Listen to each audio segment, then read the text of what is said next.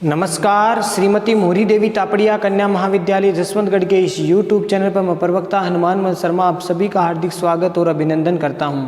प्यारे विद्यार्थियों, बीए तृतीय वर्ष के पाठ्यक्रम के अंतर्गत आपका हिंदी साहित्य विषय, उसमें हम आधुनिक काव्य प्रथम प्रश्न पत्र, जिसमें हम कवि रामधारी सिंह दिनकर जी की कविता कुरुक्षेत्र के षष्ठ सर्ग को पढ़ रहे हैं। कुरुक्षेत्र प्रबंध काव्य है और उसका हम षष्ठ सर्ग है वो यहाँ पर अवतरित है, आपके पाठ्यक्रम में है।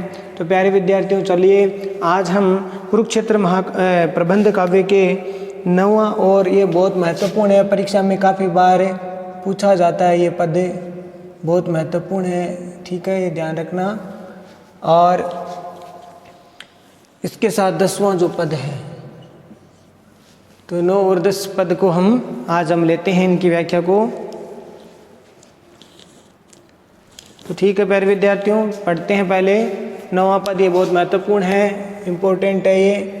हाय रे मानव नियति के दास, हाय रे मानव नियति के दास, हाय रे मनुपुत्र अपना आप ही उपहास। प्रकृति की प्रच्छन्नता को जीत, सिंधु से आकाश तक सबको किए भयभीत। सृष्टि को निज बुद्धि से करता हुआ परिमेय, चीरता परमाणु की सत्ता असीम अजय। बुद्धि के पवमान में उड़ता हुआ ऐसाय, जा रहा तू किस दिशा की ओर हो निरूपाय, और हो निरूपाय। लक्ष्य क्या, उद्देश्य क्या, क्या अर्थ, ये नहीं यदि ज्ञात तो विज्ञान का श्रम व्यर्थ। ये नहीं यदि ज्ञात तो विज्ञान का श्रम व्यर्थ। तो प्यारे विद्यार्थियों, इस पद में जो है रामधारी सिंह दिनकर जी ने इस पद में आधुनिक जो विज्ञानवादी और बुद्धिवादी मानव के आचरण को स्वयं के उपहास करने वाला और पूरी तरह से सर्वथा अनुचित है वो बताया है। ठीक है प्यारे विद्यार्थियों, तो इसमें आधुनिक जो विज्ञानवाद है, बुद्धिवादी है, उस पर जो मानव चल रहा है, उस सोच पर, उस विचारधारा पर, तो इस विचारधारा पर चलने के कारण उसका आचरण है वो मानवता के लिए क्या हो गया है, हानिकारक हो गया, अहित करने वाला हो गया है। और इस दृष्टि से अगर देखा जाए तो मानव के आचरण को स्वयं का उपहास करने वाला इसमें बताया है। ठीक है, अब देखिए, हाय रे मैंने दुख से व्याकुल होकर अरे, मानव नियति का अर्थ होता है भवित्वेता, यानी जो भविष्य है या भाग्य है उसके दास। हाय रे, अरे, हाय दुख की बात यह है, मनुपुत्र का मतलब मानव पुत्र, मनुपुत्र, मनु की संतान अर्थात मानव, अपना आप ही उपहास, स्वयं का उपहास, हंसी उड़ाना, अपनी स्वयं की हंसी है वो स्वयं कर रहे हो। प्रकृति की प्रच्छन्नता को जीत, प्रकृति की प्रच्छन्नता को जीत, प्रच्छन्नता का अर्थ होता है रहस्य को जीत लिया है। सिंधु मैंने सागर, समुद्र, आकाश तक सबको किए भयभीत, मैंने डरा रखा है, डरा दिया है या डराते हो। सृष्टि को, इस संसार को, निज मन अपनी बुद्धि से करता हुआ परिमेय, परिमेय मैंने नापना, नाप लेना। चीरता परमाणु की सत्ता असीम, असीम मैंने सीमाहीन, जिसकी कोई सीमा ना हो। अजय, जो कभी हारता नहीं, हमेशा जीते अजय हो। बुद्धि के पवमान यानी वायु, पवमान मैंने वायु, पवन, तो बुद्धि रूपी वायु के पंख, यहाँ पर इसका अर्थ आएगा बुद्धि रूपी वायु के पंखों के बिना, पंखों से उड़ता हुआ ऐसाय मैंने बेसहारा, लाचार होकर के, बेसहारा होकर के जा रहा तू किस दिशा की ओर हो निरुपाय, बिना उपाय के, बिना उपाय। लक्ष्य क्या, उद्देश्य क्या क्या है, लक्ष्य क्या, उद्देश्य क्या क्या अर्थ, ये नहीं यदि ज्ञात मन पता है तो विज्ञान का श्रम परिश्रम है वो, मेहनत है वो क्या हो गई, व्यर्थ है, कोई काम की नहीं है, झूठी है। तो चलिए प्यारे विद्यार्थियों इसका अर्थ देखते हैं कि रामदास दिनकर जी आधुनिक मानव को संबोधित करते हुए कह रहे हैं कि हे अरे बुद्धिवादी मानव, अरे बुद्धिवादी मानव, अरे भविष्यवेता या भविष्य के भाग्य के दास, अरे बुद्धिवादी मानव, अरे भविष्यवेता के दास या नियति के दास यानी भाग्य या भविष्य के दास, हाय रे मनुपुत्र अपना आप ही उपास, कि हाय रे मनुपुत्र, है मनु की संतान मानव, तुम स्वयं अपना ही उपहास कर रहे हो, अपने आचरण से, अपने बुद्धिवादी इस आचरण से अपने आप को बुद्धिमान कहते हो, विज्ञानवादी सोच रखने वाला कहते हो, फिर भी ऐसा लगता है जैसे हे मनुपुत्र मानो मनु की संतान, तुम स्वयं अपना ही उपहास है वो उड़ा रहे हो, अपनी हंसी स्वयं ही उड़ा रहे हो। किस कारण? अपने इस अत्यधिक विज्ञानवादी सोच की आचरण के कारण तुम जो है अपनी स्वयं की हंसी उड़ा रहे हो। प्रकृति की प्रसन्नता को जीत, सिंधु से आकाश तक सबको किए भयभीत। अर्थात रामदास दिनकर जी कहते हैं, हे मानव, तुम वैज्ञानिक आविष्कारों से प्रकृति के सारे रहस्यों को तुमने जीत लिया, अर्थात जान लिया है। प्रकृति ने, आज के जो आधुनिक जो मानव है, वैज्ञानिक जो मानव है, उसने सारी प्रकृति के रहस्यों को जीत लिया है। यूं कहे कि उसने सारे प्रकृति के रहस्यों को जान लिया है। ऐसा सामर्थ्य है उसके अंदर है, ऐसी शक्ति उसके अंदर है। उस शक्ति के, वैज्ञानिक शक्ति के बलबूते पर, अपने विभिन्न प्रकार के अनेक जो आविष्कारों के बलबूते पर उसने सारी प्रकृति के रहस्यों को जान लिया है, सारी प्रकृति के रहस्यों को जीत लिया है।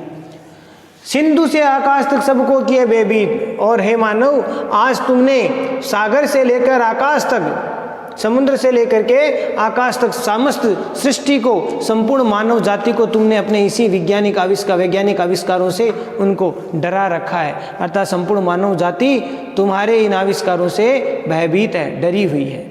सृष्टि को निज बुद्धि से करता हुआ परिमेय। हे मानव, तुमने अपनी बुद्धि से सृष्टि को, इस संसार को, इस सृष्टि को निज बुद्धि से यानी अपनी बुद्धि से करता हुआ परिमेय, मैंने अपनी बुद्धि से नापते हुए तुमने क्या किया?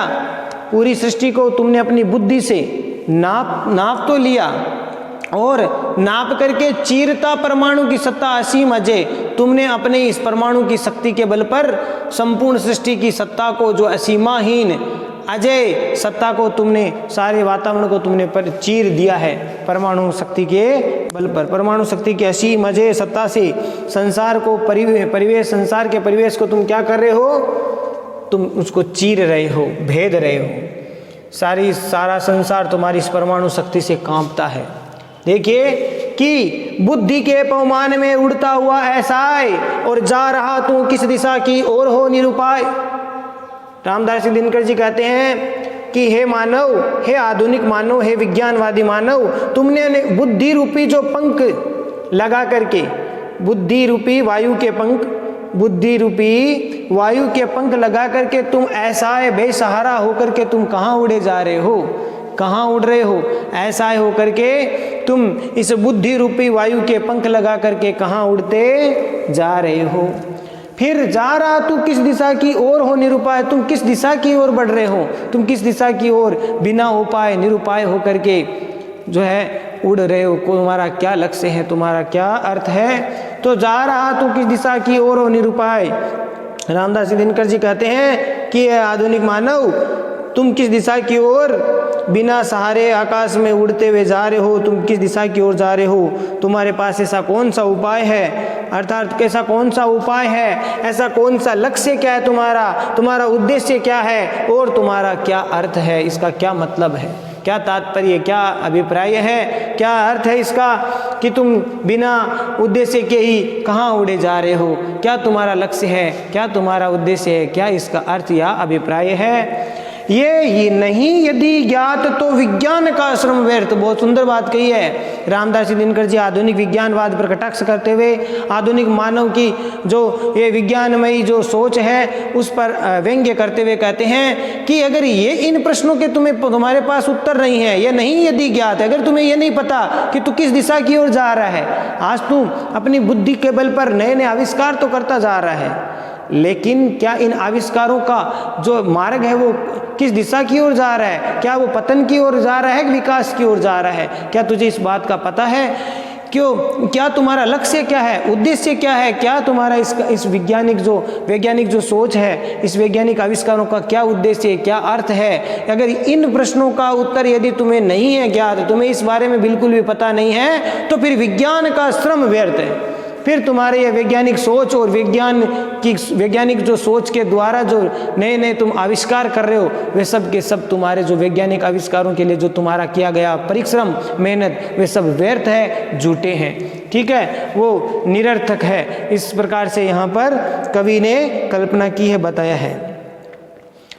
ठीक है, अगर तुम्हें लक्ष्य का भी पता नहीं है, तुम्हें उद्देश्य से भी अपरिचित हो, तो फिर तुम्हारे वैज्ञानिक आविष्कार का जो किया गया श्रम है वो व्यर्थ है। ऐसे निरर्थक बुद्धिवाद से मानवता का कल्याण कभी नहीं हो सकता। रामदास जी दिनकर जी कहते हैं कि हे आधुनिक मानव, हे विज्ञानवादी मानव, अगर तुम ऐसे निरर्थक जो है उपायों से अगर वैज्ञानिक श्रम करते रहोगे तो उससे कोई मानव का कल्याण नहीं होने वाला, उल्टा इससे मानव सभ्यता के लिए जो है हानि अवश्य हो सकती है। तो इस प्रकार से यहाँ पर वैज्ञानिक सोच और बुद्धिवादी सोच पर व्यंग्य किया गया है, क्योंकि उस वैज्ञानिक सोच को, उस बुद्धिवाद को जो है असहाय और बेसहारा और भटकी हुई दिशा में जाता हुआ दिखाया गया है कि किस प्रकार से आज का जो मानव है वो बिना सहारे के, बिना दिशा के, दिशाहीन होकर के इधर उधर अपनी इस वैज्ञानिक सोच के कारण, बुद्धिवादी सोच के कारण इधर उधर भटक रहा है। उसको यही नहीं पता इस वैज्ञानिक सोच का, इस बुद्धिवाद का मेरे मानव समाज के लिए क्या हित होगा, क्या उसका अहित होगा, ये उसको पता नहीं है। अगर ये पता नहीं है तो ये मानव के लिए बड़े चिंतनीय बात है। क्यों? क्योंकि इससे मानव सभ्यता का हानि, मानव सभ्यता के मिटने की जो है कगार पर हो सकता है। ये बात इसमें बताने की कोशिश की है। विशेष वाले पॉइंट में प्यारे विद्यार्थियों लिख देना, इसमें मानव को बुद्धिवाद से ग्रस्त बताकर उसके सारे वैज्ञानिक कार्यों को निरर्थक बताया है। यानी इसमें मानव के जो बुद्धिवाद से ग्रस्त है, मानव आज का आधुनिक मानव अत्यधिक बुद्धिमान समझ रहा है, बुद्धिवादी है, तर्क बुद्धि वाला है, और उस तर्क बुद्धि और बुद्धिवाद के कारण जो है उसके वैज्ञानिक जो परिश्रम किया गया वो सब निरर्थक है। ये बात इसमें बताई है। रामदास जी दिनकर जी प्यारे विद्यार्थी इसमें विज्ञान के खोखलेपन पर भी व्यंग्य कर रहे हैं। अलंकारों की बात करें तो अनुप्रास तो है ही है, साथ ही साथ प्यारे विद्यार्थियों इसमें रूपक, परिकर और काव्यलिंग अलंकार का प्रयोग भी किया गया है। अनुप्रास, रूपक, परिकर और काव्यलिंग अलंकार का प्रयोग किया गया है।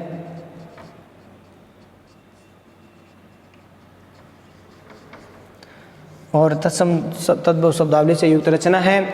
चंद सूग यही है, यहाँ पर लिखना था, क्षमा करना मुझे, यहाँ लिखना है प्यारे विद्यार्थियों। ये चीज़ यहाँ पर है, ठीक है, यहाँ लिख देता हूँ। चलो, अनुप्रास है, रूपक है, काव्यलिंग है और परिकर है, ये अलंकार, ये सब है। और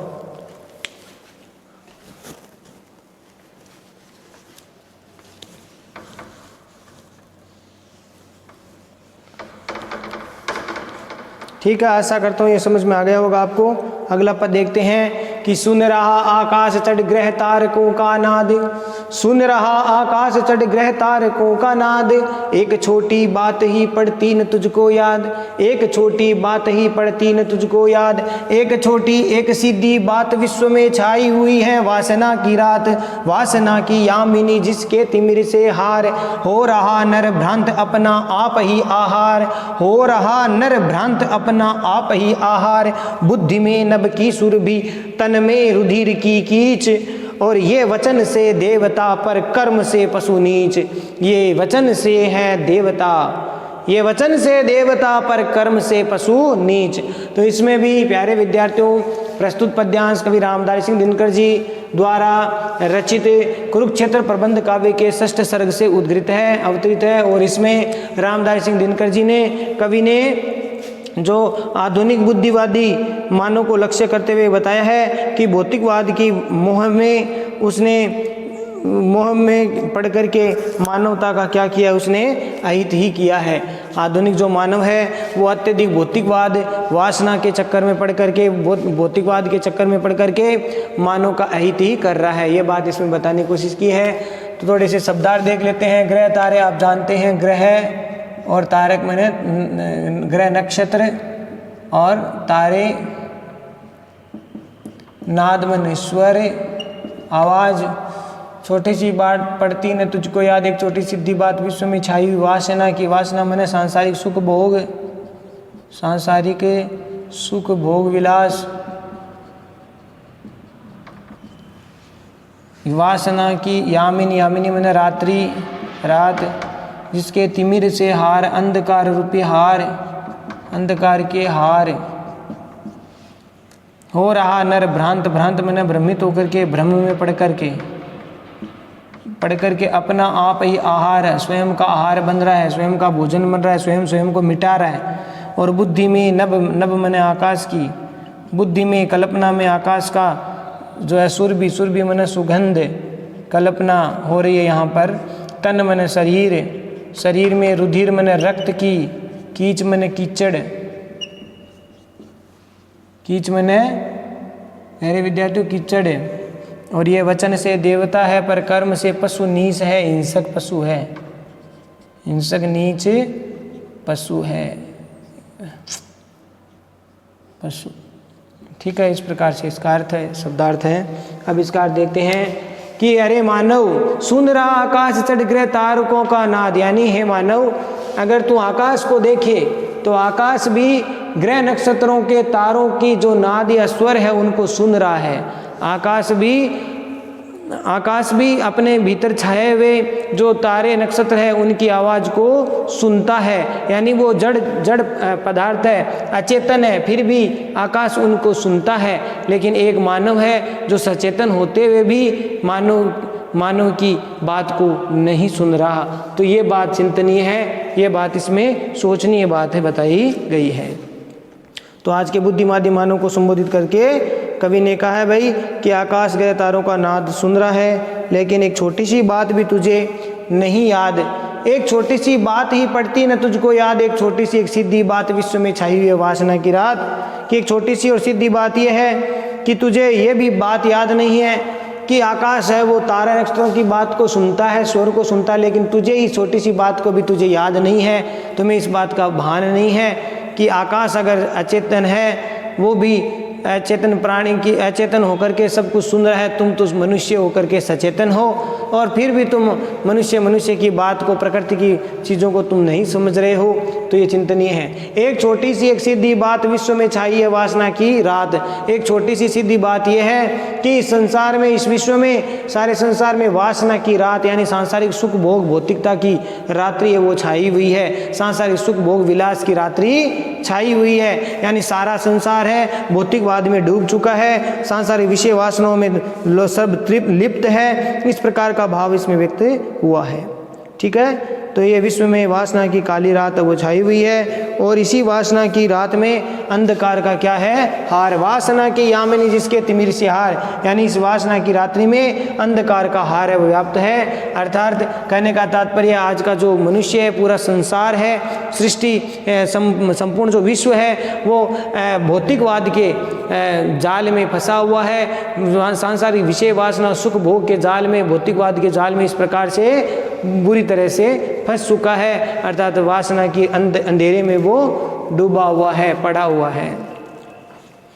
फिर देखिए प्यारे विद्यार्थियों, हो रहा नर भ्रांत अपना ही आहार, कि आज का मानव इस विज्ञानवादी और बुद्धिवादी और भौतिकवादी सोच के कारण नर भ्रमित होकर के इस सांसारिक विषय वासनाओं और भौतिकवाद के चक्कर में पड़ करके या भौतिकवाद में पड़ करके नर भ्रमित होकर के अपने स्वयं का ही आहार कर रहा हो रहा है, स्वयं का आहार स्वयं कर रहा है। कहने का तात्पर्य कि मनुष्य का नाश करने को उतारू होता जा रहा है। किसके भ्रम में पड़कर? वासना में, सांसारिक विषय वासना, भौतिक सुख सुविधाओं के स्वार्थ के चक्कर में आज मनुष्य स्वयं भ्रमित होकर के अपना आहार वो कर रहा है।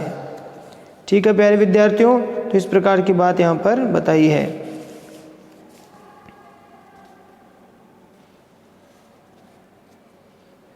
आगे देखिए, लिखा है कि बुद्धि में नभ की सुरभि, तन में रुधिर की कीच। अर्थात आज का जो आधुनिक मानव है प्यारे विद्यार्थियों, जो आधुनिक मानव है, बुद्धिवादी मानव, वैज्ञानिक सोच वाला, विचार वाला जो मानव है, वो आज अपनी कल्पना में आकाश की उड़ने की बात करता है। अर्थात अपनी कल्पना में, अपनी बुद्धि में आकाश की सुगंध को संजो करके रख रहा है, लेकिन आकाश में तो कल्पना आकाश की तो कर रहा है, लेकिन शरीर में रुधिर की कीज, लेकिन शरीर उसका हिंसा, रक्तपात और इस प्रकार से ईर्ष्या इत्यादि रक्त से, कीचड़ से सना हुआ है। उसका शरीर हिंसा, अपराध जो है, इस प्रकार के नीच कार्य है, उन नीच कार्यों के कीचड़ से वो क्या है? संतप्त है या कीचड़ में पड़ा हुआ है। ठीक है। आधुनिक जो विज्ञानवादी मानव है, मानव वो कल्पनाएं तो आकाश की कर रहा है, परंतु उसका शरीर हिंसा और रक्तपात आदि के कीचड़ में पड़ा हुआ है। फिर आगे देखिए प्यारे विद्यार्थी, ये वचन से है देवता पर कर्म से पशु नीच।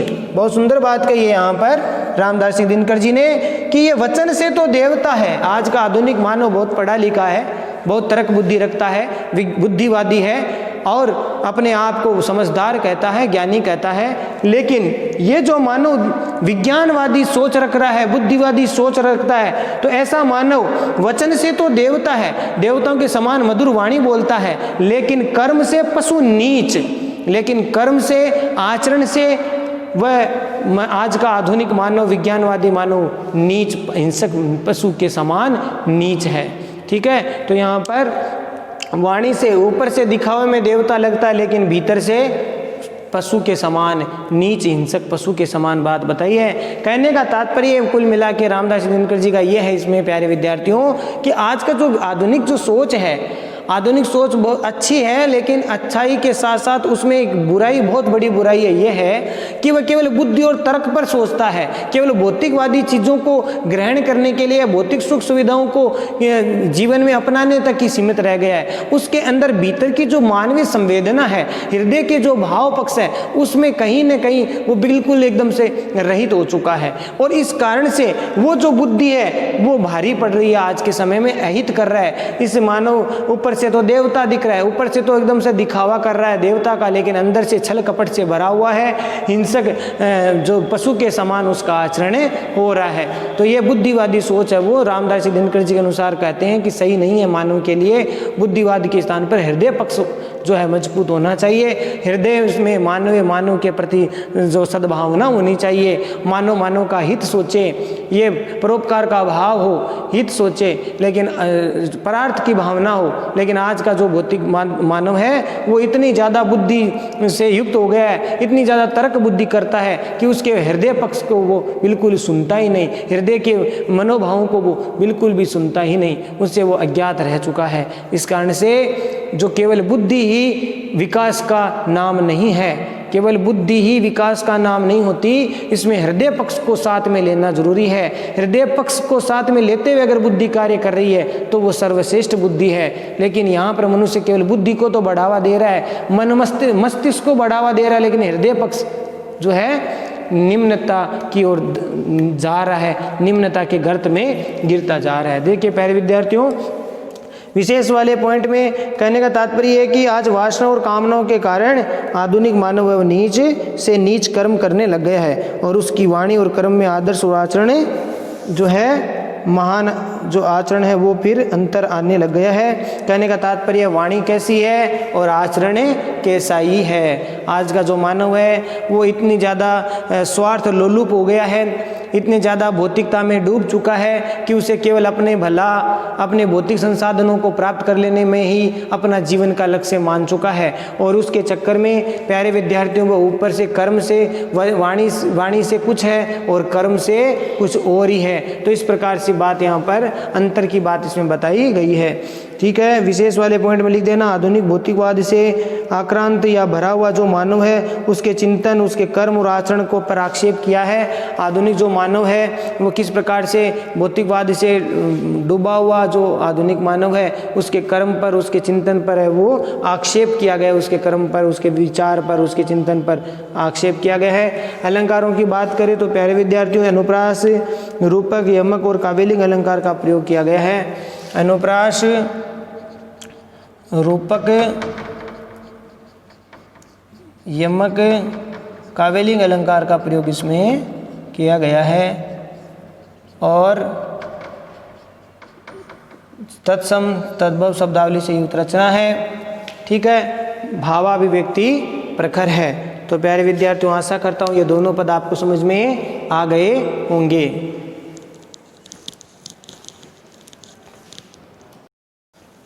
तो प्यारे विद्यार्थियों आज के लिए बस इतना ही। अगले वीडियो में फिर हाजिर होंगे रामदास दिनकर जी के आगे के पदों की व्याख्या को लेकर के। तब तक के लिए इन व्याख्याओं को पढ़िए, नोट्स बनाइए, चैनल को लाइक और शेयर करना ना भूले। प्यारे विद्यार्थियों ये जो पद है बहुत महत्वपूर्ण है, ये काफ़ी बार परीक्षा में आ चुका है, तो इस पद को अवश्य आप इसके नोट्स बना करके इनको याद करेंगे। चैनल को लाइक, शेयर और सब्सक्राइब कीजिए। जय भारत, जय हिंदी। धन्यवाद विद्यार्थियों।